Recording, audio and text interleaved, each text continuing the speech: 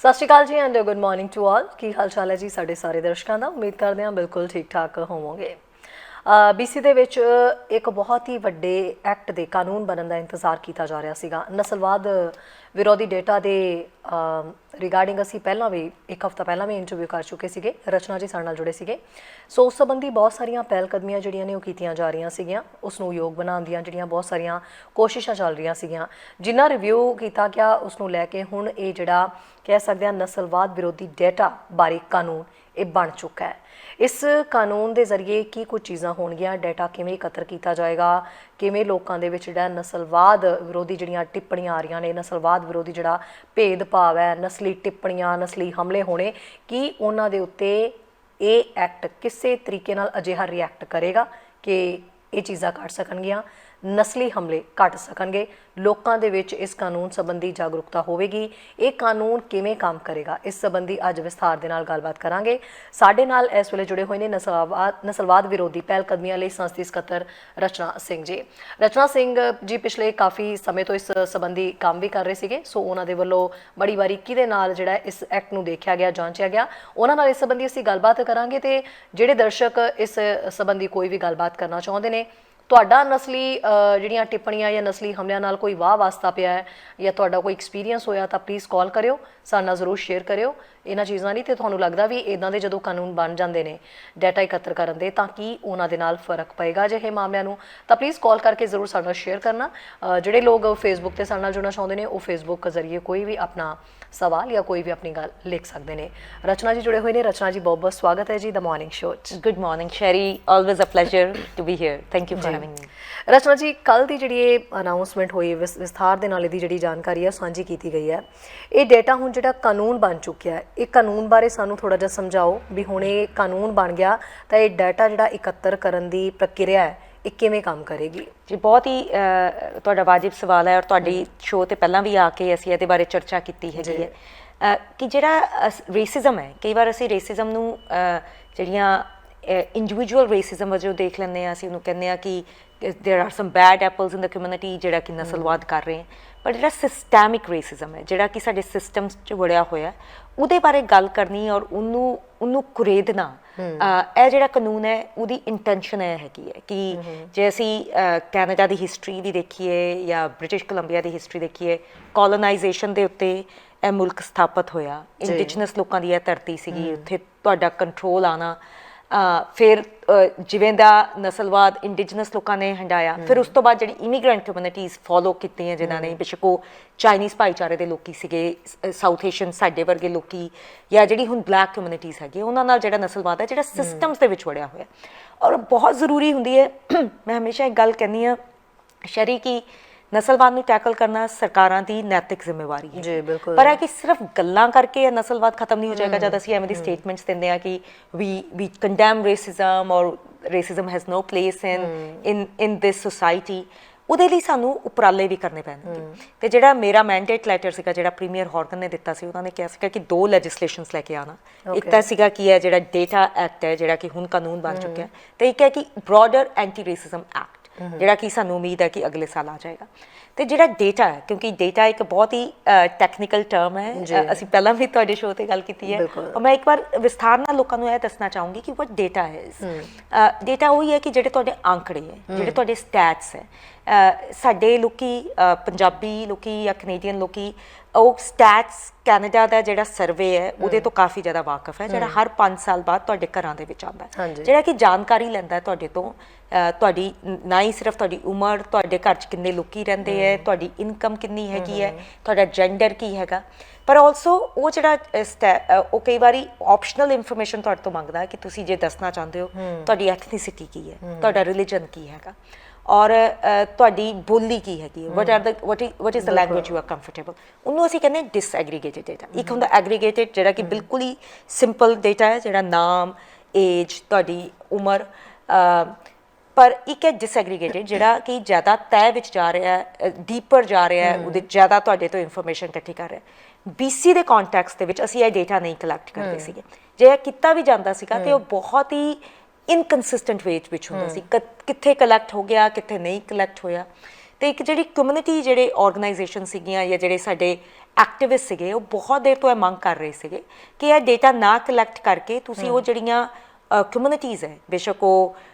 Indigenous ਭਾਈਚਾਰਾ ਹੈ, ਬੇਸ਼ੱਕ ਉਹ ਸਾਡੇ ਵਰਗੇ ਲੋਕ ਹੈ, ਸਾਊਥ ਏਸ਼ੀਅਨ ਜਾਂ ਚਾਈਨੀਜ਼ ਜਾਂ ਪੀਪਲ ਆਫ ਕਲਰ ਜਾਂ ਉਹ ਸਿਆਹ ਨਸਲ ਦੇ ਲੋਕੀ ਹੈ, ਉਹਨਾਂ ਨਾਲ ਜਿਹੜੀਆਂ ਵਧੀਕੀਆਂ ਹੋ ਰਹੀਆਂ ਜਾਂ ਉਹਨਾਂ ਨਾਲ ਡਿਸਕ੍ਰਿਮੀਨੇਸ਼ਨ ਹੁੰਦਾ ਹੈ ਸਿਸਟਮ ਵੱਲੋਂ, ਸਰਕਾਰਾਂ ਦੀਆਂ ਆਰਗੇਨਾਈਜੇਸ਼ਨਸ ਵੱਲੋਂ, ਉਹਦੇ ਤੇ ਕੋਈ ਵੀ ਸਾਨੂੰ ਚਾਨਣਾ ਨਹੀਂ ਪੈ ਰਿਹਾ, ਉਹਦੇ ਤੇ ਕੋਈ, ਕਿਉਂਕਿ ਅਸੀਂ ਮੇਜਰ ਹੀ ਨਹੀਂ ਕੀਤਾ ਉਸ ਚੀਜ਼ ਨੂੰ, ਤੇ ਅਸੀਂ ਜਿਹੜੀ ਚੀਜ਼ ਮੇਜਰ ਹੀ ਨਹੀਂ ਕੀਤੀ ਉਹਦੇ ਤੇ ਕੰਮ ਕਿਵੇਂ ਕਰਾਂਗੇ। So this has been a demand of the community, ਔਰ specially in the wake of COVID-19 ਇਹ ਬਹੁਤ ਹੀ ਜ਼ਿਆਦਾ ਉੱਭਰ ਕੇ ਆਇਆ। ਜਦ ਅਸੀਂ ਕੋਵਿਡ ਬਾਰੇ ਗੱਲ ਕਰ ਰਹੇ ਸੀਗੇ, ਚਰਚਾ ਹੁੰਦੀ ਸੀਗੀ ਕਿ ਕੋਵਿਡ ਨੇ ਤਾਂ ਸਭ ਨੂੰ ਇੰਪੈਕਟ ਕੀਤਾ, ਕਿ ਪਰ ਕਈ ਲੋਕਾਂ ਨੂੰ ਜ਼ਿਆਦਾ ਇੰਪੈਕਟ ਕੀਤਾ, ਔਰ ਉਹਦੇ ਵਿੱਚ ਜਿਹੜੇ ਲੋਕੀ ਜ਼ਿਆਦਾ ਇੰਪੈਕਟਡ ਸੀਗੇ ਉਹ ਕਿਹੜੇ ਸੀਗੇ? ਜਿਹੜੇ ਰੰਗਦਾਰ ਲੋਕੀ ਸੀਗੇ ਜਾਂ ਇੰਡੀਜਨਸ ਭਾਈਚਾਰਾ ਸੀਗਾ ਜਾਂ ਜਿਨ੍ਹਾਂ ਦੀ ਇਨਕਮ ਥੋੜੀ ਸੀਗੀ, ਉਹ ਵੀ ਜ਼ਿਆਦਾਤਰ ਰੰਗਦਾਰ ਲੋਕੀ। ਸਰੀ ਵਿੱਚ ਜਦ ਬਹੁਤ ਜ਼ਿਆਦਾ ਚਰਚਾ ਹੁੰਦੀ ਸੀਗੀ ਕਿ ਜੀ ਸਰੀ 'ਚ ਨੰਬਰ ਬਹੁਤ ਵੱਧ ਹੈ ਜੀ ਕੋਵਿਡ ਦਾ, ਔਰ ਉਹਦੇ ਤੇ ਅਜ਼ੰਪਸ਼ਨਸ ਬਣਾਈਆਂ ਜਾਂਦੀਆਂ ਜੀ ਪੰਜਾਬੀ ਭਾਈਚਾਰਾ ਤਾਂ ਪਾਰਟੀਆਂ ਬਹੁਤ ਕਰਦਾ ਹੈ, ਤਾਂ ਜਿਹੜੀਆਂ ਹਦਾਇਤਾਂ ਦਿੱਤੀਆਂ ਜਾ ਰਹੀਆਂ ਉਹਨਾਂ ਨੂੰ ਨਹੀਂ ਮੰਨ ਰਿਹਾ, ਪਰ ਦੇ ਡਿਡ ਨਾਟ ਰਿਅਲਾਈਜ਼ ਕਿ ਉਹ ਜਿਹੜਾ ਭਾਈਚਾਰਾ ਹੈ ਉਹ ਕੰਮ ਕੀ ਕਰ ਰਿਹਾ ਸੀਗਾ, ਫਰੰਟ ਲਾਈਨਸ ਤੇ ਕਿਹੜੇ ਬੰਦੇ ਸੀਗੇ, ਉਹ ਡੇਟਾ ਨਹੀਂ ਕਲੈਕਟ ਕੀਤਾ ਜਾ ਰਿਹਾ ਸੀ, ਨਹੀਂ ਦੱਸਿਆ ਜਾ ਰਿਹਾ ਸੀ। ਸੋ ਦੈਟਸ ਵੇਅਰ, ਜੇ ਤੁਹਾਨੂੰ ਕੋਲ ਉਹ ਡੇਟਾ ਨਹੀਂ ਹੈ, ਤੁਸੀਂ ਕਿਵੇਂ ਉਹ ਵਾਲੀ ਕਮਿਊਨਿਟੀ ਦੀ ਮਦਦ ਕਰੋਗੇ ਜਾਂ ਉਹਨਾਂ ਨੂੰ ਕਿਵੇਂ ਉੱਤੇ ਚੱਕੋਗੇ? ਬੇਸ਼ੱਕ ਅਸੀਂ ਹਾਊਸਿੰਗ ਦੀ ਵੀ ਜਦ ਗੱਲ ਕਰੀਏ, ਹਾਊਸਿੰਗ ਕਈ ਵਾਰ ਪਤਾ ਚੱਲਦਾ ਅੰਕੜਿਆਂ ਤੋਂ ਜਦ ਹਾਊਸਿੰਗ ਇਕੱਠੀ ਕੀਤੀ ਜਾਂਦੀ ਹੈ ਕਿ ਕਈ ਭਾਈਚਾਰੇ ਹੈ, ਸਪੈਸ਼ਲੀ ਜਿਹੜੇ ਸਿਆਹ ਨਸਲ ਦਾ ਭਾਈਚਾਰਾ, ਉਹ ਹਾਊਸਿੰਗ ਲਈ ਉਹਨਾਂ ਨੂੰ ਕਾਫੀ ਤਕਲੀਫ ਹੁੰਦੀ ਹੈ, ਉਹਨਾਂ ਨੂੰ ਇੱਕ ਤਾਂ ਓਨ ਕਰਨ ਵਿੱਚ ਜਾਂ ਜਿੱਦਾਂ ਉਹ ਰੈਂਟਲ ਵੀ ਲੈਣ ਜਾਂਦੇ ਹੈ ਤੇ ਉਹਨਾਂ ਨੂੰ ਕਾਫੀ ਜ਼ਿਆਦਾ ਬੈਰੀਅਰਸ ਫੇਸ ਕਰਨੇ ਪੈਂਦੇ। So these are just a few examples. ਔਰ ਉਸ ਨੂੰ ਘਟਾਉਣ ਲਈ ਜਦ ਅਸੀਂ ਨਸਲਵਾਦ ਦੀ ਗੱਲ ਕਰਦੇ ਹਾਂ, ਜਦ ਅਸੀਂ ਆਪਣੇ ਸਿਸਟਮ ਨੂੰ ਹੀ ਨਹੀਂ ਠੀਕ ਕੀਤਾ, ਜੇ ਸਰਕਾਰਾਂ ਨੇ ਆਪਣਾ ਸਿਸਟਮ ਹੀ ਨਹੀਂ ਠੀਕ ਕੀਤਾ ਤੇ ਲੋਕਾਂ ਨੂੰ ਕਹਿਣਾ ਕਿ ਤੁਸੀਂ ਨਸਲਵਾਦ ਨਾ ਕਰੋ, it is I think it's ਬਹੁਤ ਹਿਪੋਕ੍ਰਿਟੀਕਲ ਹੋ ਜਾਂਦਾ। So first of all you have to get your own house in order, ਔਰ ਇਹ ਜਿਹੜਾ ਐਕਟ ਹੈਗਾ, ਡੇਟਾ ਐਕਟ ਹੈ, ਉਹਦੇ ਵਿੱਚ ਸਾਡੇ ਲਈ ਕਾਫੀ ਜ਼ਿਆਦਾ ਮਦਦਗਾਰ ਸਾਬਤ ਹੋਏਗਾ, ਬਿਕੋਜ਼ ਨਾਓ ਦਿਸ ਇਜ਼ ਜਿਹੜਾ ਹੁਣ ਇੱਕ ਕਾਨੂੰਨ ਬਣ ਚੁੱਕਿਆ ਹੈ। 2 ਜੂਨ ਨੂੰ ਇਹਨੂੰ ਇੱਕ ਰਾਇਲ ਅਸੈਂਟ ਵੀ ਮਿਲ ਚੁੱਕਿਆ। ਹੁਣ ਸਰਕਾਰ ਕੋਲ, ਮਿਨਿਸਟਰੀ ਕੋਲ ਇਹ ਦੇ ਹੈਵ ਦਿਸ ਪਾਵਰ, ਉਹਨਾਂ ਕੋਲ ਪ੍ਰੋਵੀਜ਼ਨ ਹੈਗੀ ਹੈ ਕਿ ਉਹ ਇਹ ਕਾਨੂੰਨ ਮਤਲਬ ਕਿ ਇਹ ਡੇਟਾ ਜਿਹੜਾ ਹੈਗਾ, ਜਿਹੜਾ ਲੋਕਾਂ ਦਾ ਡੇਟਾ ਉਹ ਕਲੈਕਟ ਕਰ ਸਕਣ। ਪਰ ਉਹਦੇ ਲਈ ਅਸੀਂ, ਜਿਵੇਂ ਮੈਂ ਪਹਿਲਾਂ ਵੀ ਗੱਲ ਕੀਤੀ, ਅਸੀਂ ਕਾਫੀ ਜ਼ਿਆਦਾ ਕੰਸਲਟੇਸ਼ਨ ਕੀਤੀ। ਅਸੀਂ ਇਹ ਨਹੀਂ ਚਾਹੁੰਦੇ ਸੀਗੇ ਕਿ just imposing this data on somebody, ਔਰ ਇਹ ਕਾਨੂੰਨ ਨੂੰ ਅਸੀਂ ਲੋਕਾਂ ਤੇ ਲਾਗੂ ਕਰ ਦਈਏ without there consultation, because it is ਇੱਕ ਉਹਨਾਂ ਦੀ ਪ੍ਰਾਈਵੇਸੀ ਦਾ ਵੀ ਮਸਲਾ ਆ ਜਾਂਦਾ, ਕਿਉਂਕਿ ਤੁਹਾਡੀ ਇਨਫੋਰਮੇਸ਼ਨ ਹੈ ਜਿਹੜੀ ਕਿ ਸਰਕਾਰ ਇਕੱਠੀ ਕਰਨਾ ਚਾਹ ਰਹੀ। So before we brought in this legislation, ਸ਼ਹਿਰੀ ਅਸੀਂ ਬਹੁਤ ਜ਼ਿਆਦਾ ਐਕਸਟੈਂਸਿਵ ਤੌਰ ਤੇ ਕੰਸਲਟੇਸ਼ਨ ਕੀਤੀ। ਜਦ ਮੈਨੂੰ ਇਹ ਕੰਮ ਸੌਂਪਿਆ ਗਿਆ 2020 ਵਿੱਚ, ਅਸੀਂ ਪ੍ਰੀ ਕੰਸਲਟੇਸ਼ਨਸ ਕੀਤੀਆਂ ਪਹਿਲਾਂ ਕਮਿਊਨਿਟੀਜ਼ ਦੇ ਨਾਲ, ਉਹਨਾਂ ਤੋਂ ਜਾਣਦੇ ਹਾਂ ਕਿ ਇਹਦੀ ਲੋੜ ਹੈਗੀ ਹੈ ਕਿ ਨਹੀਂ ਹੈਗੀ ਹੈ। ਸੋ ਵਨ ਮੈਸੇਜ ਜਿਹੜਾ ਸਾਨੂੰ ਕਲੀਅਰਲੀ ਮਿਲਿਆ ਕਿ ਹਾਂ ਇਹਦੀ ਲੋੜ ਹੈ, ਕਿਉਂਕਿ ਤੁਸੀਂ ਨਸਲਵਾਦ ਨੂੰ ਕਿਵੇਂ ਸਿਸਟਮ ਵਿੱਚੋਂ ਘਟਾਓਗੇ ਜੇ ਤੁਸੀਂ ਇਹ ਡੇਟਾ ਨਹੀਂ ਕਲੈਕਟ ਕਰਦੇ। ਪਰ ਨਾਲ ਹੀ ਨਾਲ ਲੋਕਾਂ ਨੇ ਇਹ ਖਦਸ਼ਾ ਵੀ ਪ੍ਰਗਟਾਇਆ ਕਿ ਕਿਤੇ ਇਹ ਜਦ ਤੁਸੀਂ ਇਹ ਡੇਟਾ ਕਲੈਕਟ ਕਰੋਗੇ, ਕਿਤੇ ਸਾਨੂੰ ਜ਼ਿਆਦਾ ਹਾਰਮ ਤਾਂ ਨਹੀਂ ਕਰ ਦੇਗਾ, ਸਾਨੂੰ ਜ਼ਿਆਦਾ ਸਟਿਗਮਾਟਾਈਜ਼ ਤਾਂ ਨਹੀਂ ਕਰੇਗਾ। ਕਿਉਂਕਿ ਕਈ ਵਾਰ ਹੁੰਦਾ ਕਿ ਇਹ ਅੰਕੜੇ ਜਦ ਮਿਲਦੇ ਆ, ਜਿਵੇਂ ਮੈਂ ਸਰੀ ਦਾ ਹੀ ਐਗਜ਼ਾਮਪਲ ਦਵਾਂ, ਜਦ ਅੰਕੜਾ ਮਿਲਿਆ ਕਿ ਜੀ ਸਰੀ ਦੇ ਵਿੱਚ ਕੋਵਿਡ ਜ਼ਿਆਦਾ ਫੈਲ ਰਿਹਾ, ਤੇ ਇੱਕ ਅਜ਼ੰਪਸ਼ਨਸ ਕਿਵੇਂ ਉਹ ਡੇਟਾ ਬਾਹਰ ਗਿਆ, ਉਹਦੇ ਬਾਰੇ ਅਜ਼ੰਪਸ਼ਨਸ ਗਈਆਂ। ਇਟਸ ਜਿਹੜਾ ਕਮਿਊਨਿਟੀ ਹਾਰਮ ਹੈ, ਉਹਨੂੰ ਬਹੁਤ ਜ਼ਿਆਦਾ ਧਿਆਨ 'ਚ ਰੱਖਣ ਦੀ ਲੋੜ ਹੈ ਜਦ ਅਸੀਂ ਡੇਟਾ ਨੂੰ ਕਲੈਕਟ ਵੀ ਕਰ ਰਹੇ ਹਾਂ, ਅਤੇ ਜਿਹਦਾ ਜਦ ਇੰਪੈਕਟ ਕਰ ਰਹੇ ਹਾਂ, ਜਦ ਉਹਦੀ ਫਾਈਂਡਿੰਗਸ ਨੂੰ ਅਸੀਂ ਲੋਕਾਂ ਦੇ ਅੱਗੇ, ਪਬਲਿਕ ਦੇ ਅੱਗੇ ਲੈ ਕੇ ਆਉਣਾ ਹੈ, ਇਸ ਤਰ੍ਹਾਂ ਨਾਲ ਹੋਵੇ, ਕਿਉਂਕਿ ਇੰਨੀ ਸੂਖਮ ਉਹ ਜਾਣਕਾਰੀ ਹੈ ਕਿ ਉਹ ਲੋਕਾਂ ਨੂੰ ਹੋਰ ਜ਼ਿਆਦਾ ਥੱਲੇ ਨਾ ਗੇਰੇ, ਉਹਨਾਂ ਨੂੰ ਉੱਤੇ ਚੱਕੇ। ਸੋ ਇਸ ਕਰਕੇ ਕੰਸਲਟੇਸ਼ਨ ਦੀ ਬਹੁਤ ਜ਼ਿਆਦਾ ਲੋੜ ਸੀਗੀ। ਮੈਨੂੰ ਬਹੁਤ ਜ਼ਿਆਦਾ ਖੁਸ਼ੀ ਹੈ ਕਿ ਇਸ ਡੇਟਾ ਲੈਜਿਸਲੇਸ਼ਨ ਲਈ ਜਿੰਨੀ ਐਕਸਟੈਂਸਿਵ ਕੰਸਲਟੇਸ਼ਨ ਹੋਈ ਹੈ, ਕਿਸੇ ਹੋਰ ਮੈਂ ਕਹੂੰਗੀ ਕਿ it is one of its kind British Columbia ਦੇ ਵਿੱਚ 13,000 ਲੋਕਾਂ ਨੇ ਸ਼ਮੂਲੀਅਤ ਕੀਤੀ। ਕੋਈ ਇਨ ਪਰਸਨ ਕੰਸਲਟੇਸ਼ਨ ਸੀ, ਕੋਈ ਆਨਲਾਈਨ ਸਰਵੇ ਦੇ ਰਾਹੀਂ ਸੀਗੀ, ਔਰ ਜਿਹੜਾ ਆਨਲਾਈਨ ਸਰਵੇ ਵੀ ਸੀਗਾ, ਪਹਿਲੀ ਵਾਰ ਐਵੇਂ ਦਾ ਸਰਵੇ ਜਿਹਦੇ ਵਿੱਚ ਭਾਸ਼ਾਵਾਂ ਲਈ ਬਹੁਤ ਜ਼ਿਆਦਾ ਧਿਆਨ ਦਿੱਤਾ ਗਿਆ। 14 ਲੈਂਗੁਏਜਿਸ 'ਚ ਉਹ ਸਰਵੇ ਅਵੇਲੇਬਲ ਸੀਗਾ। ਨਾਲੇ ਉਹ ਸਿਰਫ ਯੈਸ ਨੋ ਵਾਲੇ ਆਨਸਰ ਨਹੀਂ ਸੀਗੇ, ਉਹਦੇ ਵਿੱਚ ਬਹੁਤ ਜ਼ਿਆਦਾ ਪ੍ਰੋਵੀਜ਼ਨ ਸੀਗੀ ਕਿ ਲੋਕੀ ਆਪਣੀ ਐਕਸਪੀਰੀਅੰਸ ਸ਼ੇਅਰ ਕਰ ਸਕਣ ਸਾਡੇ ਨਾਲ, ਕਿ ਉਹ ਜਿਵੇਂ ਸਪੋਜ਼ ਕਰੋ ਹਸਪੀਟਲ ਸੈਟਿੰਗ 'ਚ ਗਏ, ਉਹਨਾਂ ਨੂੰ ਕਿਵੇਂ ਦੀ ਵਧੀਕੀ ਦਾ ਸਾਹਮਣਾ ਕਰਨਾ ਪਿਆ ਜਾਂ ਕਿਵੇਂ ਦੇ ਬੈਰੀਅਰਸ ਉਹਨਾਂ ਨੂੰ ਮਿਲੇ, ਬੇਸ਼ੱਕ ਉਹ ਐਜੂਕੇਸ਼ਨ ਸੈਟਿੰਗ ਸੀ ਜਾਂ ਪੁਲਿਸਿੰਗ ਨਾਲ ਉਹਨਾਂ ਦਾ ਜਦ ਵਾਸਤਾ ਪਿਆ, ਕਿਵੇਂ ਦੇ ਉਹਨਾਂ ਦਾ ਹੋਇਆ। ਸੋ ਇੱਕ ਯੂਨੀਕ ਤਰ੍ਹਾਂ ਦਾ act, first time in British Columbia, in Ontario ਦੇ ਵਿੱਚ ਇੱਕ ਐਂਟੀ ਰੇਸਿਜ਼ਮ ਐਕਟ ਹੈਗਾ, ਪਰ ਉਹਦੇ ਤੋਂ ਅਸੀਂ ਉਹਦੇ ਤੋਂ ਅਸੀਂ ਲੈਸਨਸ ਲਰਨ ਕੀਤੇ। ਪਰ ਮੈਂ ਕਹੂੰਗੀ ਕਿ ਜਿਵੇਂ ਦਾ ਐਕਟ ਅਸੀਂ ਲੈ ਕੇ ਆਏ ਆ ਨਾਰਥ ਅਮਰੀਕਾ 'ਚ, it's one of its kind, ਜਿਹਦੇ ਵਿੱਚ ਕਮਿਊਨਿਟੀ ਹਾਰਮ ਦਾ ਬਹੁਤ ਜ਼ਿਆਦਾ ਧਿਆਨ ਦਿੱਤਾ ਗਿਆ, ਵਿਸਲ ਬਲੋਅਰ ਦਾ ਬਹੁਤ ਜ਼ਿਆਦਾ ਧਿਆਨ ਦਿੱਤਾ ਗਿਆ, ਕਿ ਸਿਰਫ ਐਕਟ ਬਣਾ ਦੇਣਾ ਔਰ ਇਹ ਸੋਚ ਲੈਣਾ ਕਿ ਉਹ ਸਭ ਕੁਝ ਠੀਕ ਹੋਏਗਾ। ਅਸੀਂ ਜਾਣਦੇ ਹਾਂ ਕਿਉਂਕਿ it's a new thing, specially with the privacy related, ਕਿ ਕੱਲ ਨੂੰ ਹੋ ਸਕਦਾ ਕੋਈ ਊਣਤਾਈਆਂ ਹੋਣ ਇਹਦੇ ਲਈ, ਉਹਦੇ ਲਈ ਵੀ ਊਣਤਾਈਆਂ ਨੂੰ ਕਾਊਂਟਰ ਕਰਨ ਲਈ ਵੀ ਉਹਦੇ ਵਿੱਚ ਪ੍ਰੋਵੀਜ਼ਨਸ ਹੈਗੀਆਂ ਕਿ ਵਿਸਲ ਬਲੋ ਕਰ ਸਕਦੇ ਆ, ਮਿਨਿਸਟਰ ਉਹਦੇ ਲਈ ਇਨਵੈਸਟੀਗੇਸ਼ਨ ਕਰਾ ਸਕਦੇ। ਇੱਕ data anti racism data committee ਦੀ ਸਥਾਪਨਾ ਹੋਏਗੀ, ਜਿਹੜਾ ਕਿ ਪੂਰਾ ਧਿਆਨ ਰੱਖੇਗੀ ਕਿ ਕਿਵੇਂ ਇਹ ਡੇਟਾ ਕਲੈਕਟ ਕੀਤਾ ਜਾ ਰਿਹਾ। ਔਰ ਜਿਹੜੀ ਅਸੀਂ ਜਦ ਕੰਸਲਟੇਸ਼ਨ ਕਰ ਰਹੇ ਸੀ, ਕਿ ਜਿਹੜੀ ਕੱਲ ਸਾਡੇ ਕੋਲ ਬੜਾ ਮੈਸੇਜ ਕਲੀਅਰਲੀ ਆਇਆ, ਲੋਕੀ ਨਹੀਂ ਚਾਹੁੰਦੇ ਕਿ ਉਹ ਫਰੰਟ ਲਾਈਨਸ ਤੇ ਜਾ ਕੇ ਇਹ ਇਨਫੋਰਮੇਸ਼ਨ ਦੇਣ। ਜਿਵੇਂ ਕਿ ਸਪੋਜ਼ ਕਰੋ ਮੈਂ ਹਸਪੀਟਲ 'ਚ ਜਾਂਦੀ, ਹਸਪੀਟਲ 'ਚ ਇੱਕ ਸਰਵੇ ਆ ਔਰ ਉਹਦੇ 'ਚ ਲਿਖਿਆ ਜਾ ਰਿਹਾ ਹੈ, ਕਿਹਾ ਜਾ ਰਿਹਾ ਹੈ, ਅੱਛਾ ਤੁਹਾਡਾ ਰਿਲੀਜਨ ਕੀ ਹੈ, ਤੁਹਾਡੀ ਐਥਨੀਸਿਟੀ ਕੀ ਹੈ, ਤੁਹਾਡੀ ਬੋਲੀ ਕੀ ਹੈ। ਕਈ ਵਾਰੀ ਲੋਕੀ ਇਸ ਚੀਜ਼ ਤੋਂ ਘਬਰਾ ਜਾਂਦੇ ਔਰ ਉਹਨਾਂ ਨੂੰ ਇਹ ਸਵਾਲ ਉੱਠਦੇ ਉਹਨਾਂ ਦੇ ਦਿਮਾਗ ਵਿੱਚ ਕਿ ਇਹ ਕੁਐਸਚਨ ਕਿਉਂ ਪੁੱਛੇ ਜਾ ਰਹੇ ਸਾਡੇ ਕੋਲ, ਇਹ ਜਾਣਕਾਰੀ ਕਿਉਂ ਲਈ ਜਾ ਰਹੀ ਹੈ, ਜਾਣਕਾਰੀ ਦਾ ਤੁਸੀਂ ਕੀ ਕਰੋਗੇ। ਲੋਕੀ ਇਹ ਨਹੀਂ ਚਾਹੁੰਦੇ ਸੀ ਕਿ ਫਰੰਟ ਲਾਈਨਸ ਤੇ ਬੇਸ਼ੱਕ ਉਹ ਹਸਪੀਟਲ ਹੈਗਾ, ਤੁਹਾਡੇ ਬੱਚਿਆਂ ਦੇ ਸਕੂਲ ਹੈ, ਜਾਂ ਉਹ ICBC ਦਾ ਮਹਿਕਮਾ ਹੈਗਾ, ਕਿ ਇਹ ਜਾਣਕਾਰੀ ਉੱਥੇ ਦਿੱਤੀ ਜਾਵੇ। ਉਹ ਚਾਹੁੰਦੇ ਸੀਗੇ ਕਿ ਇੱਕ ਸਟੈਟਸ ਰਾਹੀਂ, ਜਿਵੇਂ ਅਸੀਂ ਕੈਨੇਡਾ ਸਟੈਟਸ ਦੀ ਜਿਵੇਂ ਮੈਂ ਸ਼ੁਰੂ 'ਚ ਗੱਲ ਕੀਤੀ, ਉਵੇਂ ਦੇ ਸਰਵੇ ਦੇ ਰਾਹੀਂ ਇਹ ਜਾਣਕਾਰੀ ਦਿੱਤੀ ਜਾਵੇ ਤੇ ਇਹ ਵੋਲੰਟਰੀ ਜਾਣਕਾਰੀ ਹੋਵੇ। ਇਹ ਨਾ ਹੋਵੇ ਕਿ ਇਹ ਮੈਂ ਜਾਣਕਾਰੀ ਜੇ ਨਹੀਂ ਦਿੰਦੀ ਜਾਂ ਨਹੀਂ ਦਿੰਦਾ, ਇਹ ਕਿ ਜਿਹੜੀ ਸਰਵਿਸਿਜ਼ ਮੈਂ ਲੈਣ ਆਇਆ ਉਹਦੇ ਵਿੱਚ ਮੈਨੂੰ ਰੁਕਾਵਟ ਆਵੇ। ਸੋ ਅਸੀਂ ਇਹ ਵੀ ਪ੍ਰੋਵੀਜ਼ਨ ਰੱਖੀ ਹੈ ਐਕਟ ਦੇ ਵਿੱਚ ਕਿ ਇਹ ਫਰੰਟ ਲਾਈਨਸ ਦੇ ਵਿੱਚ ਡੇਟਾ ਨਹੀਂ ਕਲੈਕਟ ਕੀਤਾ ਜਾਏਗਾ। ਇੱਕ ਸਰਵੇ ਜਿਵੇਂ ਕਿ ਕੈਨੇਡਾ ਸਟੈਟਸ ਦਾ ਸਰਵੇ ਹੈ, ਉਹ ਲੋਕਾਂ ਦੇ ਘਰਾਂ ਵਿੱਚ ਜਾਏਗਾ, ਹਰ ਕਿਸੇ ਦੇ ਘਰ ਵਿੱਚ, ਹਰ ਕਿਸੇ ਕੋਲ ਆਪਸ਼ਨ ਹੋਏਗੀ ਇਹ ਸਰਵੇ ਦੇ ਕੇ। ਅਸੀਂ ਉਮੀਦ ਕਰਾਂਗੇ ਅਸੀਂ ਜਦੋਂ ਸਰਵੇ ਜਾਏਗਾ ਅਸੀਂ ਫਿਰ ਤੋਂ ਤੁਹਾਡਾ ਸਹਿਯੋਗ ਲਵਾਂਗੇ ਤਾਂ ਕਿ ਵੱਧ ਤੋਂ ਵੱਧ ਲੋਕੀ ਇਸ ਭਰਨ, ਪਰ ਕਿਤੇ ਵੀ ਉਹਨਾਂ ਨੂੰ ਇਸ ਗੱਲ ਦਾ ਡਰ ਨਾ ਹੋਵੇ ਕਿ ਜੇ ਮੈਂ ਜਾਣਕਾਰੀ ਨਹੀਂ ਦਿੱਤੀ ਹੈ ਤੇ ਮੈਨੂੰ ਜਿਹੜੀ ਉਹ ਸਰਵਿਸ ਹੈ ਨਹੀਂ ਮਿਲੇਗੀ। ਸੋ ਆਲ ਦਿਸ ਜੋ ਵੀ ਲੋਕਾਂ ਨੇ ਸਾਨੂੰ ਜਦ ਅਸੀਂ ਕੰਸਲਟੇਸ਼ਨ ਕੀਤੀ, ਜੋ ਉਹਨਾਂ ਨੇ ਸੁਝਾਅ ਦਿੱਤੇ, ਜੋ ਉਹਨਾਂ ਨੇ ਆਪਣੀ ਰਾਇਮਾਂ ਦਿੱਤੀਆਂ, ਉਹ ਸਾਰੀਆਂ ਅਸੀਂ ਇਸ ਐਕਟ ਦੇ ਵਿੱਚ ਪਾਈਆਂ। ਸਾਨੂੰ ਉਮੀਦ ਹੈ ਕਿ ਇੱਕ ਜਿਹੜੀ ਚੇਂਜ ਲੋਕੀ ਕਮਿਊਨਿਟੀਜ਼ ਬਹੁਤ ਦੇਰ ਤੋਂ ਮੰਗ ਕਰ ਰਹੇ ਸੀਗੇ, ਜਿਹੜਾ ਪਾਲਿਸੀ ਜਿਹੜੀਆਂ ਚੇਂਜਿਸ ਜਿਹੜੀਆਂ ਸਰਕਾਰਾਂ ਨੇ ਕਰਨੀਆਂ, ਉਹ ਇੱਕ ਜਿਹੜੇ ਸਟੈਪ ਵਾਈਜ਼ ਜਦ ਅਸੀਂ ਕਰਾਂਗੇ, ਪਹਿਲਾਂ ਅਸੀਂ ਡੇਟਾ ਕਲੈਕਟ ਕਰਾਂਗੇ, ਫਿਰ ਉਹ ਡੇਟਾ ਦੀ ਰਿਪੋਰਟ ਪਬਲਿਕ ਕਰਾਂਗੇ, ਫਿਰ ਉਹ ਪਾਲਿਸੀ ਵਰਕ ਹੋਏਗਾ। ਆਈ ਐਮ ਰੀਅਲੀ ਹੋਪਿੰਗ ਕਿ ਕਾਫੀ ਜ਼ਿਆਦਾ ਚੇਂਜਿਸ, ਸਪੈਸ਼ਲੀ 5 ਸਾਲ ਬਾਅਦ ਜੇ ਮੈਂ ਦੇਖ ਰਹੀ ਹਾਂ BC ਨੂੰ, ਕਾਫੀ ਜ਼ਿਆਦਾ ਇੱਕ ਜਿਹੜੇ ਬੈਰੀਅਰ ਫਰੀ ਔਰ ਡਿਸਕ੍ਰਿਮੀਨੇਸ਼ਨ ਫਰੀ ਬ੍ਰਿਟਿਸ਼ ਕੋਲੰਬੀਆ ਸਥਾਪਿਤ ਕਰਨ ਵਿੱਚ ਸਾਨੂੰ ਉਮੀਦ ਹੈ ਕਿ ਇਹ ਐਕਟ ਕਾਫੀ ਜ਼ਿਆਦਾ ਯੋਗਦਾਨ ਪਾਏਗਾ। BC ਦੀ ਤੁਸੀਂ ਗੱਲ ਕੀਤੀ ਰਚਨਾ ਜੀ, ਕਿ BC ਦੇ ਵਿੱਚ ਜਿਹੜੀ ਹੈ ਇਹ BC ਪਹਿਲਾ ਸੂਬਾ ਅਜਿਹਾ ਕਿਹਾ ਜਾ ਸਕਦਾ ਜਿਹੜਾ ਇਸ ਸੇਵਾ ਦੇ ਨਾਲ ਲੈਸ ਹੋ ਚੁੱਕਿਆ।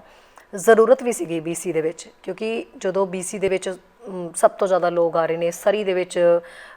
ਥਾਂ ਨਹੀਂ ਮਿਲ ਰਹੀ ਲੋਕਾਂ ਨੂੰ, ਘਰ ਨਹੀਂ ਮਿਲ ਰਹੇ, ਇੰਨਾ ਜ਼ਿਆਦਾ ਇੱਥੇ ਇਕੱਠ ਹੁੰਦਾ ਜਾ ਰਿਹਾ। ਬਾਹਰੋਂ ਲੋਕ ਰਿਫਿਊਜ਼ੀਜ਼ ਜਿਹੜੇ ਆ ਰਹੇ ਨੇ, ਉਹ ਇੱਕ ਲਹਿਦਾ ਮੁੱਦਾ, ਉਹ ਕਮਿਊਨਿਟੀਆਂ ਵਿੱਚ ਸ਼ਾਮਿਲ ਹੋ ਰਹੀਆਂ ਨੇ। ਜਿਹੜੇ ਪਹਿਲਾਂ ਤੋਂ ਇੱਥੇ ਰਿਫਿਊਜੀ ਬੈਠੇ ਨੇ ਉਹ ਕਮਿਊਨਿਟੀਆਂ ਨੇ। ਸੋ ਕਈ ਤਰ੍ਹਾਂ ਦੀਆਂ ਕਮਿਊਨਿਟੀਜ਼ ਜਦੋਂ ਮਿਲ ਜਾਂਦੀਆਂ ਨੇ ਤਾਂ ਇਹ ਚੀਜ਼ਾਂ ਪਣਪਦੀਆਂ ਹੀ ਨੇ। ਇਹ ਨਸਲਵਾਦ ਇਹ ਹੁੰਦਾ ਹੀ ਹੁੰਦਾ ਔਰ ਹੋ ਵੀ ਰਿਹਾ। ਇਸ ਲਈ ਆਈ ਥਿੰਕ BC ਦੇ ਵਿੱਚ ਦੀ ਜ਼ਰੂਰਤ ਮਹਿਸੂਸ ਵੀ ਕੀਤੀ ਜਾ ਰਹੀ ਸੀ। ਸਰਕਾਰਾਂ ਨੇ ਬਹੁਤ ਪਹਿਲਾਂ ਤੋਂ ਇਸ ਚੀਜ਼ ਲਈ ਕੰਮ ਕੀਤਾ, ਤੁਸੀਂ ਬਕਾਇਦਾ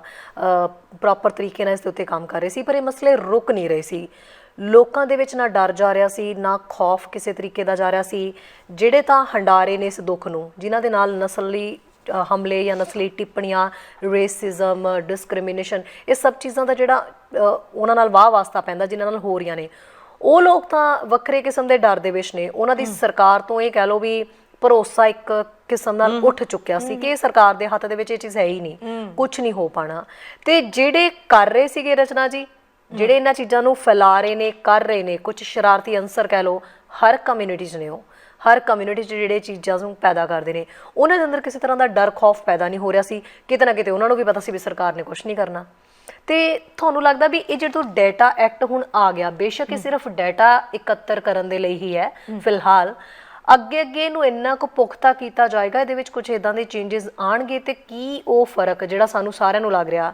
ਕਿਉਂਕਿ ਨਸਲਵਾਦ ਦੇ ਉੱਤੇ ਜਦੋਂ ਵੀ ਕੋਈ ਬਿੱਲ ਪਾਸ ਹੁੰਦਾ ਹੈ, ਜਦੋਂ ਵੀ ਕੋਈ ਕਾਨੂੰਨ ਬਣਦਾ ਇਸ ਵਿਰੋਧੀ, ਤਾਂ ਲੱਗਦਾ ਕਿ ਹਾਂ ਹੁਣ ਚੀਜ਼ਾਂ ਘਟ ਜਾਣਗੀਆਂ, ਠੀਕ ਹੋ ਜਾਣਗੀਆਂ। ਖਤਮ ਕਰਨਾ ਦੂਰ ਦੀ ਗੱਲ, ਐਟਲੀਸਟ ਘੱਟ ਦਾ ਆਪਾਂ ਸੋਚ ਸਕਦੇ ਹਾਂ। ਪਰ ਕੁਝ ਸਮੇਂ ਬਾਅਦ ਜਦੋਂ ਵੱਡੀਆਂ ਚੀਜ਼ਾਂ ਅਸੀਂ ਦੇਖਦੇ ਹਾਂ ਉਹੀ ਕਤਾਰ ਦੇ ਵਿੱਚ ਆ ਕੇ ਖੜੀਆਂ ਹੋ ਜਾਂਦੀਆਂ ਨੇ,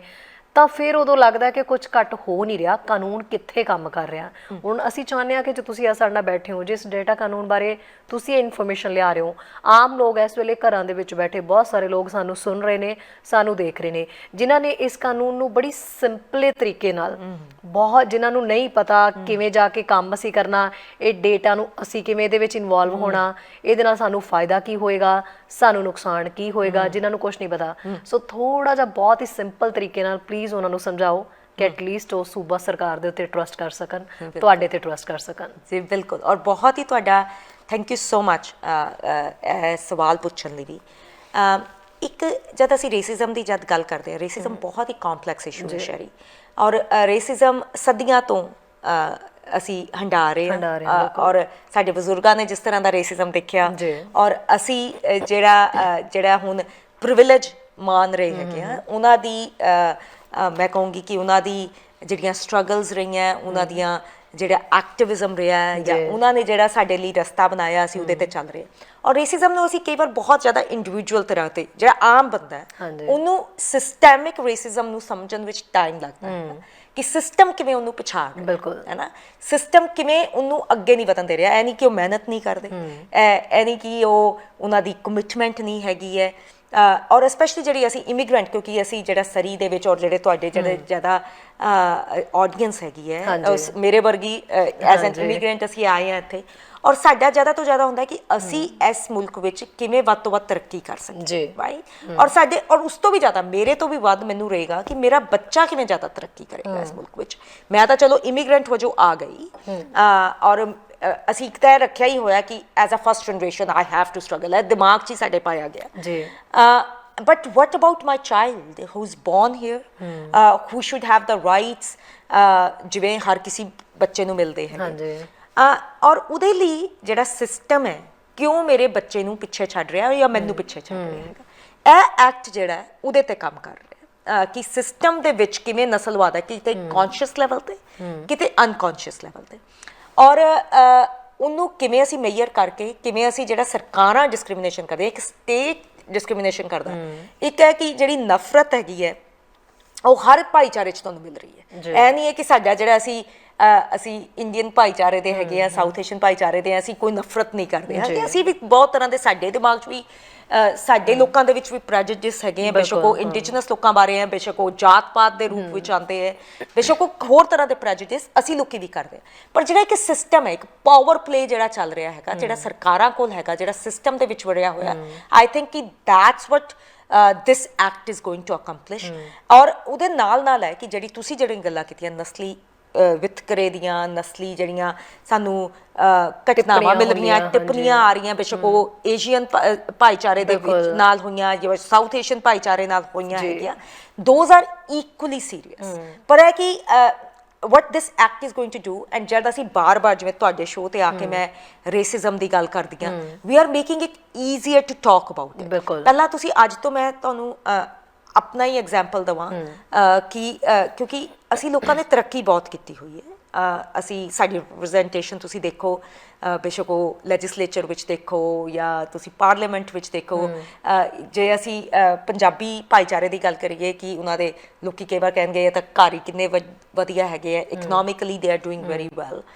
ਪਰ ਦੈਟ ਡਜ਼ ਨਾਟ ਮੀਨ ਕਿ ਇਹ ਭਾਈਚਾਰੇ ਨੇ ਰੇਸਿਜ਼ਮ ਨਹੀਂ ਹੰਢਾਇਆ ਜਾਂ ਅੱਜ ਉਹ ਰੇਸਿਜ਼ਮ ਨਹੀਂ ਹੰਢਾ ਰਹੇ। ਇੱਕ ਸਟੀਰੀਓਟਾਈਪ ਕਰਕੇ ਦੇਖ ਲੈਣਾ ਕਿ ਹਾਂਜੀ ਸਰੀ ਵਿੱਚ ਤਾਂ ਵਿਆਹ ਕਿੰਨੇ ਵਧੀਆ ਹੁੰਦੇ ਹੈ, ਜਾਂ ਲੋਕਾਂ ਦੇ ਘਰ ਕਿੰਨੇ ਵੱਡੇ ਵੱਡੇ ਹੈ, ਜਾਂ ਲੋਕੀ ਕਿਹੜੀ ਗੱਡੀ ਚਲਾ ਰਹੇ ਹੈਗੇ ਹੈ, that does not mean ਕਿ that they have not endured racism। So racism ਦੀਆਂ ਕਿਸ ਤਰ੍ਹਾਂ ਅਸੀਂ ਉਹਨੂੰ ਗੇਜ ਕਰ ਰਹੇ ਹਾਂ, ਕਿਵੇਂ ਉਹਨੂੰ ਮੇਜਰ ਕਰ ਰਹੇ ਹੈਗੇ ਆ, ਔਰ ਕਿਵੇਂ ਉਹਦੇ ਉੱਤੇ ਉਪਰਾਲੇ ਕਰ ਰਹੇ ਆ, it is extremely important.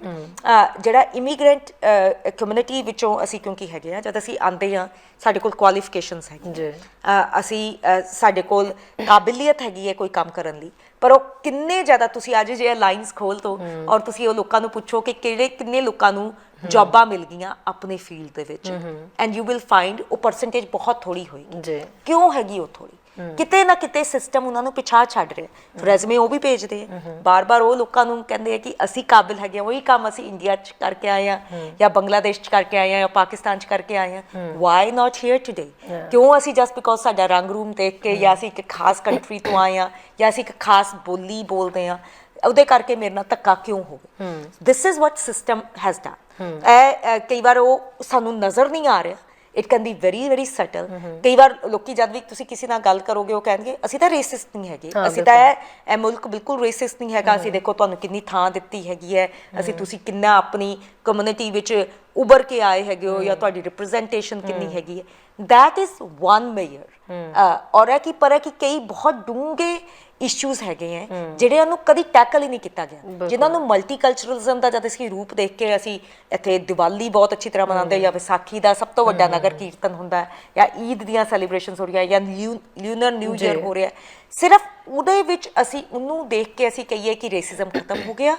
No it has note exactly ਬਿਲਕੁਲ ਔਰ ਐਸੀ ਕਰਕੇ ਜਦ ਮੇਰਾ ਪੋਰਟਫੋਲੀਓ ਦੀ ਸਥਾਪਨਾ ਹੋਈ ਇਹ ਜਿਹੜਾ ਪੋਰਟਫੋਲੀਓ ਸੀਗਾ ਸ਼ਹਿਰੀ ਇਹਨੂੰ ਕਿਹਾ ਜਾਂਦਾ ਸੀਗਾ ਪਾਰਲੀਮੈਂਟਰੀ ਸੈਕਟਰੀ ਆਫ ਮਲਟੀਕਲਚਰਲਿਜ਼ਮ ਜਦ ਮੇਰਾ ਜਦ 2020 ਦੀ ਇਲੈਕਸ਼ਨ ਹੋਈ ਤੇ ਮੈਨੂੰ ਇਸ ਕੰਮ ਸੌਂਪਿਆ ਗਿਆ ਇਹਦਾ ਨਾਮ ਬਦਲ ਕੇ ਰੱਖ ਦਿੱਤਾ ਗਿਆ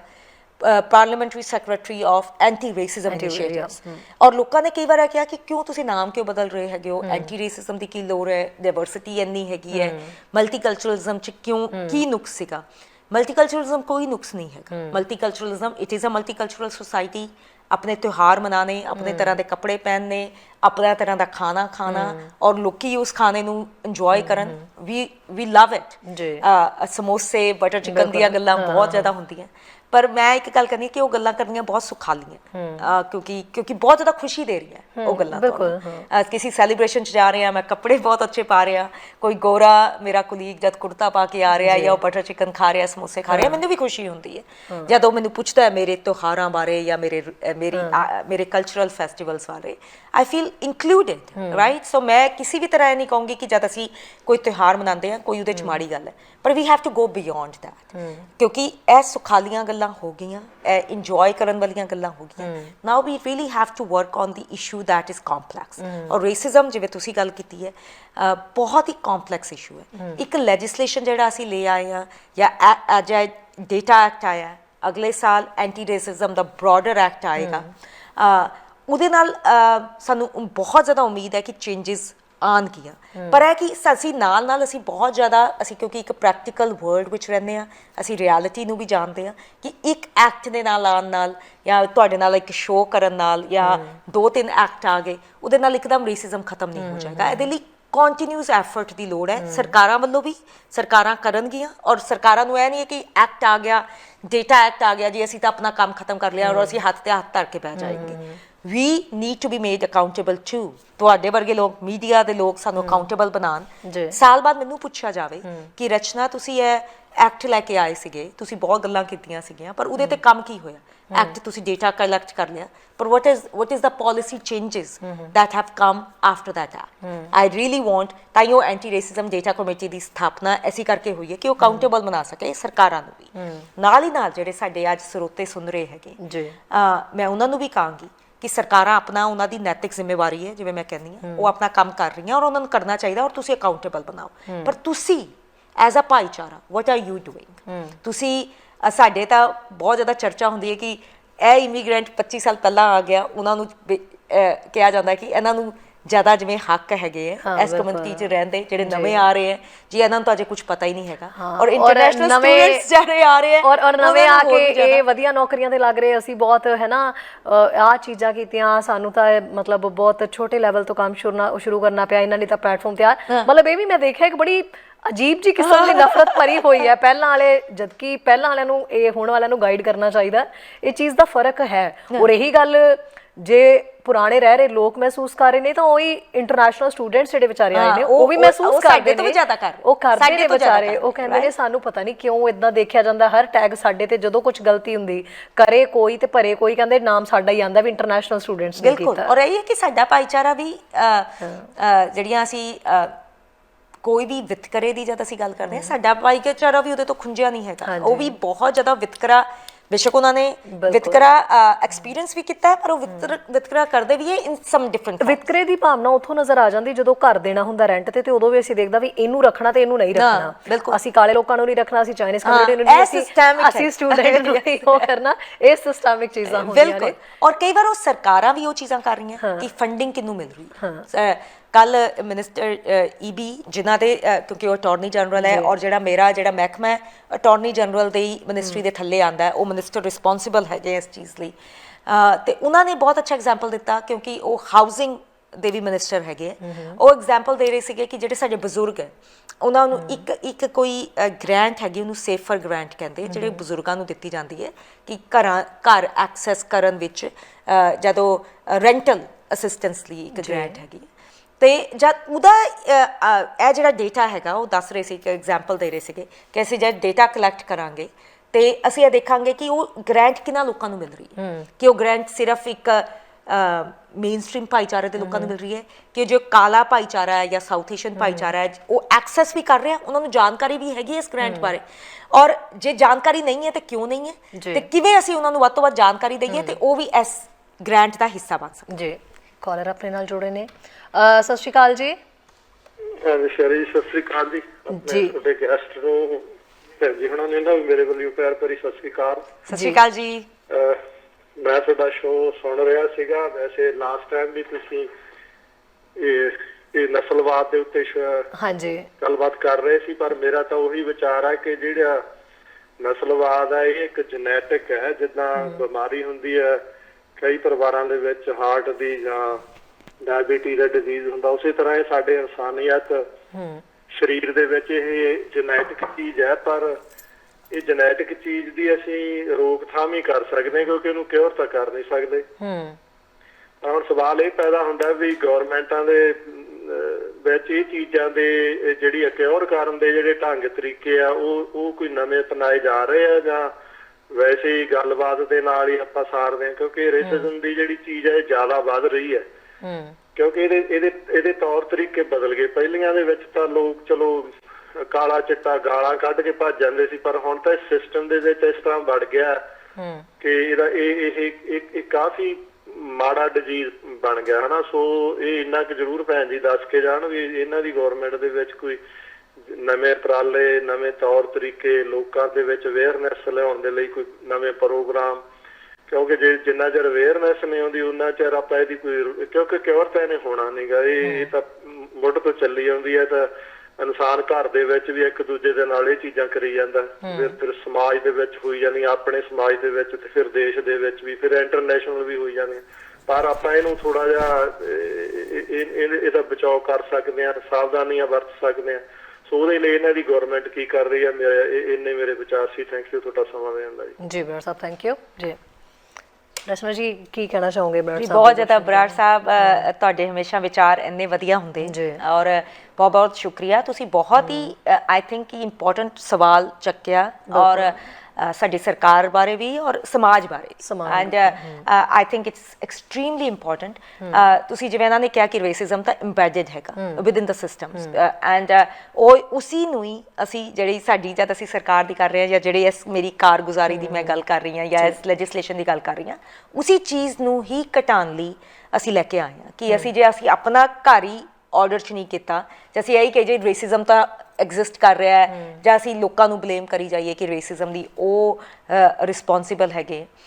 ਪਰ ਪਹਿਲਾਂ you have to get your house in order. ਔਰ ਉਹੀ ਹੈ ਸਿਸਟੈਮਿਕ ਰੇਸਿਜ਼ਮ ਦੀ ਜਿਹੜੀ ਮੈਂ ਗੱਲ ਕੀਤੀ ਹੈ ਸ਼ਹਿਰੀ, ਔਰ ਬਰਾੜ ਸਾਹਿਬ ਨੇ ਵੀ ਕੀਤੀ ਹੈ, ਕਿ ਸਿਸਟੈਮਿਕ ਰੇਸਿਜ਼ਮ ਨੂੰ ਟੈਕਲ ਕਰਨਾ ਔਰ ਉਹਦੇ ਬਾਰੇ ਗੱਲ ਕਰਨੀ, ਉਹਨੂੰ ਕੁਰੇਦਣਾ is a very very challenging task, ਜਿਹੜਾ ਅਸੀਂ ਆਪਣੇ which we have taken on, right? Act ਇੱਕ ਉਹਦਾ ਉਪਰਾਲਾ ਹੀ ਹੈਗਾ ਉਸ ਚੀਜ਼ ਨੂੰ ਚੈਲੰਜ ਕਰਨ ਲਈ। ਅਸੀਂ ਅਜੇ ਜਦ ਅਸੀਂ ਤਾਂ ਹੀ ਜਦ ਅਸੀਂ ਇਹ ਐਕਟ ਲੈ ਕੇ ਆਏ, ਅਸੀਂ ਪਹਿਲਾਂ ਕਹਿ ਰਹੇ ਹਾਂ ਕਿ it will work on the core government programs. ਅਸੀਂ ਕਿਉਂਕਿ ਡੇਟਾ ਤਾਂ ਹਰ ਥਾਂ ਤੇ ਲੋੜ ਹੈਗੀ, ਰੇਸਿਜ਼ਮ ਤਾਂ ਹਰ ਚੀਜ਼ ਵਿੱਚ ਹੈਗਾ, ਹਰ ਅਦਾਰੇ ਵਿੱਚ ਹੈਗਾ, ਪਿੱਛੋਂ ਕੋਈ ਪਬਲਿਕ ਅਦਾਰਾ ਹੈ, ਪ੍ਰਾਈਵੇਟ ਅਦਾਰਾ ਹੈ, ਆਰਗੇਨਾਈਜੇਸ਼ਨਸ ਵਿੱਚ ਹੈਗਾ। ਪਰ we are saying that we will start, ਜਦ ਇਹ ਸ਼ੁਰੂ ਹੋਏਗਾ ਇੰਪਲੀਮੈਂਟੇਸ਼ਨ ਇਹਦੀ ਸ਼ੁਰੂ ਹੋਏਗੀ, ਪਹਿਲਾਂ ਗਵਰਨਮੈਂਟ ਸਰਵਿਸਿਜ਼ 'ਚ ਹੋਏਗੀ, ਕਿਉਂਕਿ ਗਵਰਨਮੈਂਟ ਰਿਸਪੌਂਸਿਬਲ ਹੈਗੀ ਹੈ ਔਰ ਗਵਰਨਮੈਂਟ ਦੀ ਨੈਤਿਕ, ਮੈਂ ਜਿਵੇਂ ਬਾਰ-ਬਾਰ ਕਹਿ ਰਹੀ ਹਾਂ ਕਿ ਜ਼ਿੰਮੇਵਾਰੀ ਹੈ ਟੂ ਟੈਕਲ ਰੇਸਿਜ਼ਮ। ਇਹ ਤਾਂ ਹੋ ਗਿਆ ਸਿਸਟੈਮਿਕ ਗੱਲ। ਜਿਹੜੀ ਉਹਨਾਂ ਨੇ ਬਰਾੜ ਸਾਹਿਬ ਨੇ ਇੱਕ ਗੱਲ ਜਿਹੜੀ ਕਹੀ ਕਿ ਜਿਹੜਾ ਰੇਸਿਜ਼ਮ ਹੈ ਉਹਨੂੰ, ਉਹਦੇ ਬਾਰੇ ਅਵੇਅਰਨੈਸ ਕਿਵੇਂ ਦਿੱਤੀ ਜਾ ਰਹੀ ਹੈ ਔਰ ਕਿਵੇਂ ਕਰਨਾ ਹੈ। Awareness I think is the key, education I think is the key. ਔਰ ਇਹੀ ਗੱਲ ਸਾਨੂੰ ਜਦ ਅਸੀਂ ਬਾਰ-ਬਾਰ, ਮੈਂ ਪਿਛਲੇ 15 ਮਹੀਨੇ ਤੋਂ 18 ਮਹੀਨੇ ਤੋਂ ਜਦ ਮੈਂ ਕੰਸਲਟੇਸ਼ਨ ਕਰ ਰਹੀ ਸੀਗੀ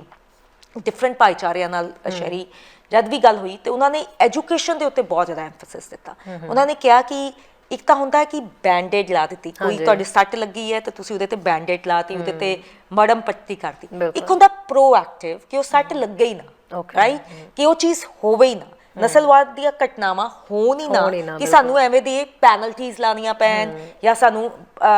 ਇਹ ਚੀਜ਼ਾਂ ਕਰਨੀਆਂ ਪੈਣ ਕਿ ਜੇ ਤੁਸੀਂ ਇਹ ਕਰੋਗੇ ਤਾਂ ਇਹਦਾ ਰਿਐਕਸ਼ਨ ਇਹ ਹੋਏਗਾ। ਔਰ ਇਹ ਕਿ ਜਿਹੜਾ ਸਾਡੀ ਫਿਊਚਰ ਜਨਰੇਸ਼ਨ ਹੈਗੀ ਹੈ, ਤੁਸੀਂ ਹਮੇਸ਼ਾ ਨੋਟ ਕੀਤਾ ਹੋਏਗਾ ਕਿ ਜਿਹੜੇ ਸਾਡੇ ਬੱਚੇ ਹੈ, they are much more aware about racism. They talk much more empathetically about the racism than ਸਾਡੀ ਜਨਰੇਸ਼ਨ ਜਾਂ ਸਾਡੇ ਤੋਂ ਪੁਰਾਣੇ ਬਜ਼ੁਰਗਾਂ ਦੀ ਜਨਰੇਸ਼ਨ ਹੈ। ਕਿਉਂਕਿ ਉਹਨਾਂ ਨੂੰ, ਸਾਡੇ ਬਜ਼ੁਰਗਾਂ ਨੂੰ ਤਾਂ ਇਹ ਕਿਹਾ ਜਾਂਦਾ ਸੀਗਾ ਕਿ ਤੁਸੀਂ ਚੁੱਪ ਕਰਕੇ ਸਹਿ ਲਓ, ਹੈ ਨਾ, ਕਿਉਂਕਿ ਤੁਸੀਂ ਇੱਥੇ ਇਮੀਗ੍ਰੈਂਟ ਆਏ ਹੈਗੇ ਹੋ, ਤੁਸੀਂ ਇਹਨੂੰ ਆਪਣਾ ਘਰ ਬਣਾਇਆ, ਇਹ ਮੁਲਕ ਤੁਹਾਡਾ ਨਹੀਂ ਹੈਗਾ, ਇਹਨਾਂ ਨੇ ਤੁਹਾਨੂੰ ਸਿਰਫ ਥਾਂ ਦਿੱਤੀ ਹੈਗੀ ਹੈ, ਤੁਹਾਡਾ ਵੱਡੀਆਂ ਨੌਕਰੀਆਂ ਤੇ ਤੁਹਾਡਾ ਹੱਕ ਨਹੀਂ ਹੈ, ਤੁਸੀਂ ਆਪਣੀ ਰੋਜ਼ੀ ਰੋਟੀ ਕਮਾ ਰਹੇ ਹੋ, ਬਸ ਉਹਦੇ 'ਚ ਹੀ ਖੁਸ਼ ਰਹੋ, ਆਪਣਾ ਘਰ-ਬਾਰ ਤੁਹਾਡਾ ਚੱਲ ਰਿਹਾ ਉਹਦੇ 'ਚ ਹੀ ਖੁਸ਼ ਰਹੋ। ਉਹ ਹਾਲਾਤ ਇੰਝ ਦੇ ਸੀਗੇ, ਰਾਈਟ। ਉਹ ਇਸ ਤਰ੍ਹਾਂ ਦਾ ਨਸਲਵਾਦ ਹੰਡਾ ਰਹੇ ਸੀਗੇ ਜਦੋਂ ਸਾਨੂੰ ਵੋਟ ਪਾਉਣ ਦਾ ਵੀ ਹੱਕ ਨਹੀਂ ਹੈ, ਸਾਨੂੰ ਆਪਣੇ ਤਰ੍ਹਾਂ ਦੇ ਕੱਪੜੇ ਪਹਿਨਣ ਦਾ ਹੱਕ ਨਹੀਂ ਹੈ, ਆਪਣੇ ਤਰ੍ਹਾਂ ਦਾ ਖਾਣਾ ਵੀ ਅਸੀਂ ਖਾ ਰਹੇ ਹਾਂ। ਲੋਕੀ ਕਹਿੰਦੇ ਸੀ ਤੁਹਾਡੇ ਤੋਂ ਸਮੈਲ ਆਉਂਦੀ ਹੈ, ਤੇਰੇ ਤੋਂ ਕਦੀ ਲਸਣ ਦੀ ਬੂ ਆਉਂਦੀ ਹੈ ਜਾਂ ਤੇਰੇ ਕੋਲ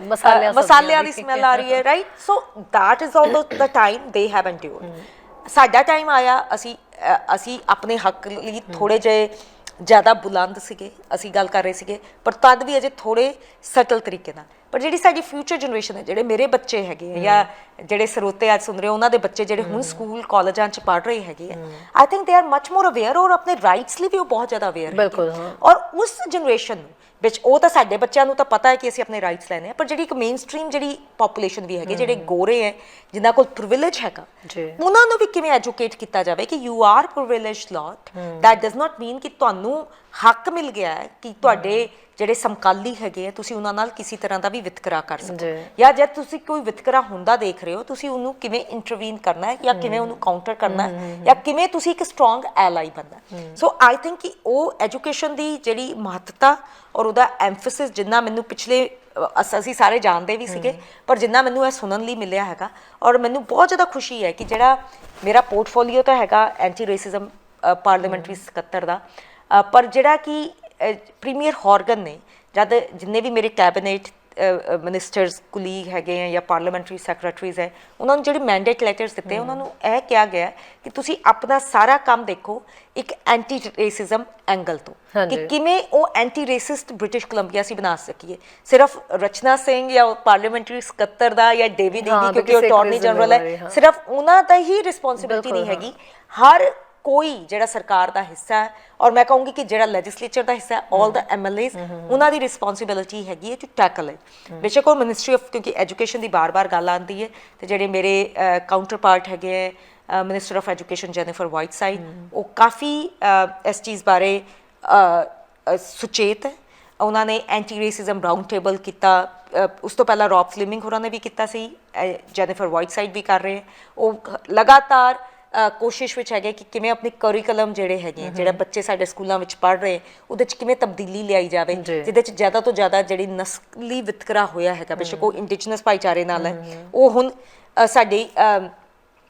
ਕੋਰਸਿਸ ਦਾ ਹਿੱਸਾ ਬਣ ਗਿਆ। ਪਰ ਕਿ ਕਾਮਾਗਾਟਾ ਮਾਰੂ ਹੋਇਆ ਜਾਂ ਜਾਪਨੀਜ਼ ਇੰਟਰਨਮੈਂਟ ਹੋਈ, ਚਾਈਨੀਜ਼ ਹੈਡ ਟੈਕਸ ਹੋਇਆ, ਇਹਦੇ ਬਾਰੇ ਜ਼ਿਆਦਾ ਤੋਂ ਜ਼ਿਆਦਾ ਜਾਣਕਾਰੀ ਸਾਰਿਆਂ ਨੂੰ ਹੋਵੇ, ਸਿਰਫ ਸਾਡੇ ਬੱਚਿਆਂ ਨੂੰ ਨਾ ਹੋਵੇ ਜਾਂ ਸਿਰਫ ਚਾਈਨੀਜ਼ ਬੱਚਿਆਂ ਨੂੰ ਨਾ ਹੋਵੇ, ਜਾਪਾਨੀ ਬੱਚਿਆਂ ਨੂੰ ਨਾ ਹੋਵੇ, ਹਰ ਬੱਚੇ ਨੂੰ ਪਤਾ ਹੋਵੇ ਕਿ this is the historic wrong doings that Canada has done. ਜੀ। ਔਰ ਉਹਦੇ ਬਾਰੇ ਅਵੇਅਰਨੈਸ ਲਿਆਣੀ, ਅਸੀਂ ਅਵੇਅਰਨੈਸ ਕੈਂਪੇਨਸ ਵੀ ਚਲਾਈਆਂ ਸੀਗੀਆਂ, ਜਿਹਦੇ ਜੇ ਤੁਸੀਂ ਅੱਜ ਕਿਸੇ ਵੀ ਪਬਲਿਕ ਸਕੂਲ ਵਿੱਚ ਜਾਓਗੇ ਸ਼ਹਿਰੀ, ਤੁਹਾਨੂੰ ਇੱਕ ਪੋਸਟਰਸ ਮਿਲਣਗੇ ਜਿਹੜੇ ਦੱਸ ਰਹੇ ਹੈ ਰੇਸਿਜ਼ਮ ਬਾਰੇ, ਔਰ ਕਹਿ ਰਹੇ ਹੈ ਕਿ ਤੁਸੀਂ ਕਿਵੇਂ ਉਹਦਾ ਸਾਹਮਣਾ ਕਰ ਸਕਦੇ ਹੋ, ਕਿਵੇਂ ਉਹਨੂੰ ਕਾਊਂਟਰ ਕਰ ਸਕਦੇ ਹੋ। ਉਹ ਇੱਕ ਅਵੇਅਰਨੈਸ ਕੈਂਪੇਨ ਚਲਾਈ ਗਈ ਸਾਡੀ ਬ੍ਰਾਂਚ ਵੱਲੋਂ। ਰੈਜ਼ੀਲੀਅੰਸ BC ਜਿਹੜਾ ਇੱਕ ਐਂਟੀ ਰੇਸਿਜ਼ਮ ਨੈਟਵਰਕ ਹੈ, ਜਿਹਦੀਆਂ 40 ਤੋਂ ਵੱਧ ਸਪੋਕਸ ਹੈਗੇ, 40 ਤੋਂ ਵੱਧ ਉਹਨਾਂ ਦੀਆਂ ਮੈਂ ਕਹੂੰਗੀ ਆਫਿਸਿਸ ਹੈਗੇ ਆ ਆਲ ਅਕ੍ਰੋਸ ਬ੍ਰਿਟਿਸ਼ ਕੋਲੰਬੀਆ, ਜਿਹੜਾ ਸਿੱਧਾ ਟੈਕਲ ਕਰਦਾ ਕੋਈ ਵੀ ਰੇਸਿਜ਼ਮ ਦਾ ਮਸਲਾ ਆਏਗਾ, ਉਹਦੀ ਡੈਪਥ ਤੇ ਜਾਂਦੇ ਹੈ, ਉਹਦੇ ਬਾਰੇ ਜਾਣਕਾਰੀ ਇਕੱਠੀ ਕਰਦੇ ਹੈ ਤੇ ਸਾਨੂੰ ਦੱਸਦੇ ਹੈਗੇ ਕਿ ਕੀ ਹੋਰ ਹੋਣਾ ਚਾਹੀਦਾ। ਹਿਊਮਨ ਰਾਈਟਸ ਕਮਿਸ਼ਨਰ ਦੀ ਸਥਾਪਤੀ, ਜਿਹੜਾ ਕਿ ਇੱਕੋ BC ਇੱਕੋ ਇੱਕ ਸੂਬਾ ਸੀਗਾ ਸ਼ਹਿਰੀ ਜਿਹਦੇ 'ਚ ਹਿਊਮਨ ਰਾਈਟਸ ਕਮਿਸ਼ਨਰ ਦਾ ਆਫਿਸ ਨਹੀਂ ਸੀਗਾ। 2017 'ਚ ਜਦ ਸਾਡੀ ਸਰਕਾਰ ਆਈ, ਪਹਿਲਾ ਜਿਹੜਾ ਅਸੀਂ ਕੰਮ ਕੀਤਾ ਉਹਨਾਂ ਦੀ ਸਥਾਪਤੀ ਕੀਤੀ। ਉਹ ਆਪਣੀ ਤਰ੍ਹਾਂ ਦੇ ਨਾਲ ਇਟਸ ਐਨ ਇੰਡੀਪੈਂਡੈਂਟ ਆਫਿਸ, ਉਹ ਗਵਰਨਮੈਂਟ ਨੂੰ ਵੀ ਅਕਾਊਂਟੇਬਲ ਬਣਾ ਸਕਦੇ ਹੈਗੇ। ਉਹ ਆਪਣੀ ਤਰ੍ਹਾਂ ਤੋਂ ਆਪਣੀ ਅਵੇਅਰਨੈਸ ਕੈਂਪੇਨਸ ਚਲਾ ਰਹੇ ਆ, ਆਪਣੀ ਤਰ੍ਹਾਂ ਦੀ ਆਪਣੀ ਜਾਣਕਾਰੀ ਇਕੱਠੀ ਕਰ ਰਹੇ। So lot of stuff is happening to tackle racism. ਪਰ ਅਸੀਂ ਮੈਂ ਕਹੂੰਗੀ ਕਿ ਅਜੇ ਵੀ ਬਹੁਤ ਕੁਝ ਹੋਰ ਕਰਨ ਦੀ ਲੋੜ ਹੈਗੀ ਹੈ। ਸਰਕਾਰਾਂ ਕਰਨਗੀਆਂ, ਪਰ ਜਿਵੇਂ ਹੁਣ ਬਰਾੜ ਸਾਹਿਬ, ਮੈਨੂੰ ਲੱਗਦਾ ਕਿ ਉਹ ਇੰਨੇ ਜ਼ਿਆਦਾ ਸੁਚੇਤ ਹੈਗੇ ਆ। ਐਵੇਂ ਦੇ ਭਾਈਚਾਰਾ ਸਾਨੂੰ ਚਾਹੀਦਾ ਹੈ ਜਿਹੜੇ ਕਿ ਗੱਲਬਾਤ ਕਰ ਸਕਣ, ਜਿਹੜੇ ਇੱਕ ਸਟਰੋਂਗ ਐਲਾਈਜ਼ ਬਣ ਕੇ ਉਭਰ ਸਕਣ। ਇੱਕ ਨਸਲਵਾਦੀ ਘਟਨਾ ਹੋ ਰਹੀ ਹੈ, ਜਿਹਨਾਂ ਨੂੰ ਪੂਰੇ ਸਿਸਟਮ ਦੀ ਵੀ ਨੌਲੇਜ ਹੋਵੇ। ਬਰਾੜ ਸਾਹਿਬ ਹਮੇਸ਼ਾ ਹਰ ਮੁੱਦੇ ਤੇ ਜੁੜਦੇ ਨੇ, ਕਾਫੀ ਨੌਲੇਜ ਦੇ ਨਾਲ ਉਹ ਚੀਜ਼ਾਂ ਨੂੰ ਲੈ ਕੇ ਆਉਂਦੇ ਨੇ। ਔਰ ਇਹੀ ਅਸੀਂ ਭਾਈਚਾਰਾ, ਅਸੀਂ ਇਹ ਜਿਹੜੀ ਭਾਈਵਾਲਤਾ ਅਸੀਂ ਆਪਣੇ ਭਾਈਚਾਰੇ ਤੋਂ, ਮੈਂ ਕਿਉਂਕਿ ਮੇਰਾ ਭਾਈਚਾਰਾ ਹੈ ਸਾਊਥ ਏਸ਼ੀਅਨ ਭਾਈਚਾਰਾ, ਇਹਨਾਂ ਤੋਂ ਮੈਨੂੰ ਬਹੁਤ ਉਮੀਦ ਹੈ। ਪਰ ਮੈਨੂੰ ਸਾਰਾ ਭਾਈਚਾਰਾ, ਬੇਸ਼ੱਕ ਉਹ ਗੋਰਾ ਭਾਈਚਾਰਾ, ਅਸੀਂ ਇਹ ਕੰਮ ਇਕੱਲੇ ਨਹੀਂ ਕਰ ਸਕਾਂਗੇ। ਜੇ ਅਸੀਂ ਕੋਈ ਵੀ ਜਦ ਅਚੀਵਮੈਂਟ ਕੀਤੀ ਹੈ ਸ਼ਹਿਰੀ ਇੱਥੇ, ਇਕੱਲੇ ਸਾਡੀ ਤਾਂ ਸਟਰਗਲ ਰਹੀ ਹੈ, ਪਰ ਲੋਕਾਂ ਨੇ ਵੀ ਆ ਕੇ ਆਪਣੀ ਐਲਾਈਸ਼ਿਪ ਦਿਖਾਈ ਹੈਗੀ ਹੈ। ਬੇਸ਼ੱਕ ਉਹ ਵੋਟ ਪੈਣ ਦਾ ਹੱਕ ਸੀਗਾ, ਜਾਂ ਕਾਮਾਗਾਟਾ ਮਾਰੂ ਦੇ ਖਿਲਾਫ ਜਿਹੜਾ ਇੰਨਾ ਨਸਲੀ ਵਿਤਕਰਾ ਹੋਇਆ ਸੀ, ਉਹਦੇ ਖਿਲਾਫ ਜਦ ਆਵਾਜ਼ ਉਠਾਈ ਗਈ, ਇੱਕ ਗੋਰੇ ਭਾਈਚਾਰੇ ਚੋਂ ਵੀ ਲੋਕਾਂ ਨੇ ਬਹੁਤ ਜ਼ਿਆਦਾ ਸਾਥ ਦਿੱਤਾ, ਤਾਂ ਹੀ ਅਸੀਂ ਉਸ ਥਾਂ ਤੇ ਪਹੁੰਚੇ ਜਿੱਥੇ ਅੱਜ ਹੈਗੇ। ਸੋ ਦਿਸ ਐਂਟੀ ਰੇਸਿਜ਼ਮ ਸਿਰਫ ਮੈਂ ਕਹੂੰਗੀ ਇੰਡੀਜਨਸ ਸਿਆਹ ਨਸਲ ਦੇ ਲੋਕਾਂ ਦਾ, ਸਾਡੇ ਲੋਕਾਂ ਦੀ ਜ਼ਿੰਮੇਵਾਰੀ ਨਾ ਹੋਵੇ ਐਂਟੀ ਰੇਸਿਸਟ ਬ੍ਰਿਟਿਸ਼ ਕੋਲੰਬੀਆ ਬਣਾਉਣਾ। ਇੱਕ ਇਹ ਸਾਰੀ ਭਾਈਚਾਰਾ ਜਿਹੜਾ ਸਾਡਾ ਹੈਗਾ, everybody needs to come together to fight racism. ਜੀ Rachna ji, thank you so much, ਤੁਸੀਂ ਸ਼ੋਅ ਦੇ ਵਿੱਚ ਆਏ, ਔਰ ਇਹ ਬਹੁਤ ਹੀ ਅਹਿਮ ਮੁੱਦਾ ਹੈ। ਇਸੇ ਲਈ ਜਿਵੇਂ ਕਿ ਅਸੀਂ ਪਿਛਲੇ ਸਮੇਂ ਦੇ ਵਿੱਚ ਵੀ ਇਸ ਸੰਬੰਧੀ ਗੱਲਬਾਤ ਕੀਤੀ ਹੈ, ਔਰ ਅੱਜ ਫੇਰ ਕਰ ਰਹੇ ਹਾਂ, ਔਰ ਮੈਨੂੰ ਲੱਗਦਾ ਅੱਗੇ ਵੀ ਅਸੀਂ ਕਰਦੇ ਰਹਿਣਾ, ਕਿਉਂਕਿ ਇਹ ਕੋਈ ਉਹ ਟੌਪਿਕ ਨਹੀਂ ਕਿ ਜਦੋਂ ਕੋਈ ਕਾਨੂੰਨ ਆ ਗਿਆ, ਕਦੋਂ ਕੋਈ ਐਕਟ ਆ ਗਿਆ, ਬਿੱਲ ਆ ਗਿਆ, ਤਾਂ ਸਿਰਫ ਉਦੋਂ ਅਸੀਂ ਇਸ 'ਤੇ ਗੱਲ ਕਰੀਏ, ਕਿਉਂਕਿ ਇਸ ਟੌਪਿਕ ਦੇ ਉੱਤੇ ਸਮੇਂ ਦੇ ਉੱਤੇ ਸਾਡੀ ਗੱਲਬਾਤ ਹੋਣੀ ਬਹੁਤ ਜ਼ਰੂਰੀ ਹੈ, ਕਿਉਂਕਿ ਇਹ ਵੀ ਇੱਕ ਅਵੇਅਰਨੈਸ ਦਾ ਅਸੀਂ ਤਰੀਕਾ ਹੀ ਜਿਹੜਾ ਅਸੀਂ ਸ਼ੁਰੂ ਜਿਹੜਾ ਕੀਤਾ ਹੋਇਆ। ਸੋ ਇਹਦੇ ਨਾਲ ਵੀ ਬਹੁਤ ਸਾਰੀਆਂ ਚੀਜ਼ਾਂ ਲੋਕਾਂ ਨੂੰ ਅਵੇਅਰ ਹੋ ਸਕਦੀਆਂ। ਬਹੁਤ ਬਹੁਤ ਸ਼ੁਕਰੀਆ। ਐਂਡ